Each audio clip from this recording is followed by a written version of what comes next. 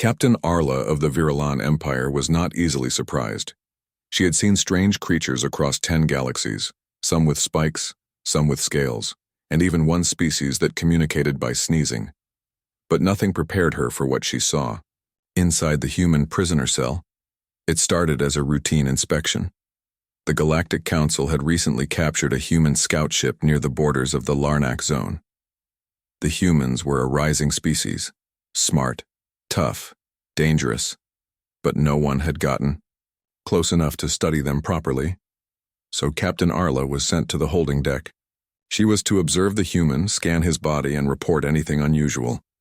She entered the cell with her translator orb floating beside her. The human stood there, arms crossed, calm and quiet.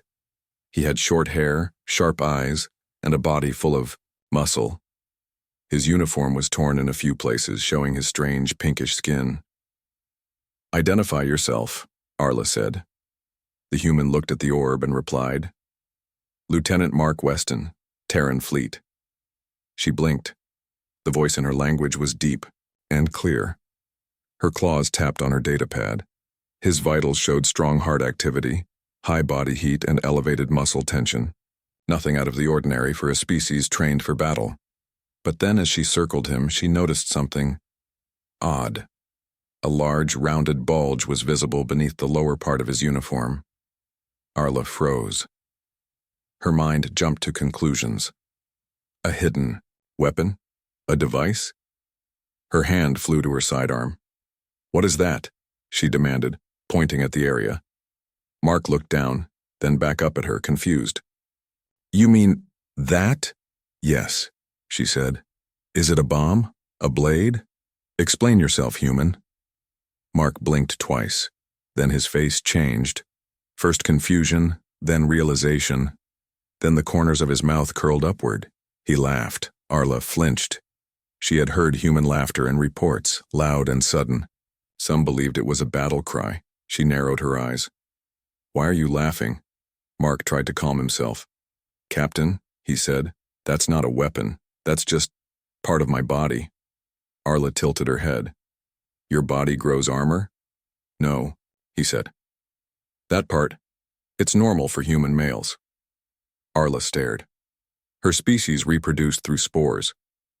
Most species in the council used tech-assisted methods. But she'd heard whispers that humans were old-fashioned. Still, she couldn't believe it. "That shape is part of your biology?" "Yes," Mark replied, still grinning. "Sometimes it reacts to situations."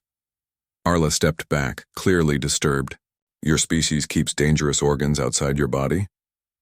"Well," Mark said, "not dangerous to us, but I suppose it could surprise others." She turned to the orb. "Is this true?" she asked. The translator AI responded. "Confirmed. Human male anatomy includes external reproductive structures. Purpose: biological reproduction, not weaponized."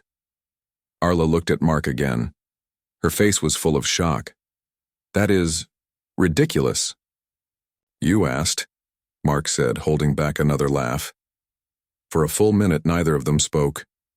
Then Arla did something unexpected. She laughed. It was a strange, chittering sound, like wind scraping over glass. Virellans rarely laughed, but when they did, it meant they had accepted something too absurd to deny. "I thought humans were terrifying," she said. "Now I learn you walk around with your softest parts exposed. And proud of it?" Mark chuckled. "You're not wrong." She shook her head. "Your species is insane. We've been told that before." Just then her datapad buzzed. A message from command. "Human reinforcements approaching. Prepare for engagement." She looked at Mark again. "Your people are coming." He didn't move, but his eyes lit up. "Then you might want to open this cell. If I fight beside you, I'm a lot more helpful than locked in here." "You're our prisoner." "I was," Mark said. "But you've just seen how dangerous we can be. Now imagine what we're like when we're serious." Arla hesitated. She had studied war her whole life. But humans fought with something else. Boldness, unpredictability, and a strange kind of humor that made them even more dangerous. She unlocked the door. "Don't make me regret this," she warned. "I won't," Mark said, stepping out. "Just remember, not everything is a weapon, but humans always are." And with that, the Terran lieutenant walked beside the alien captain, ready to face the stars again.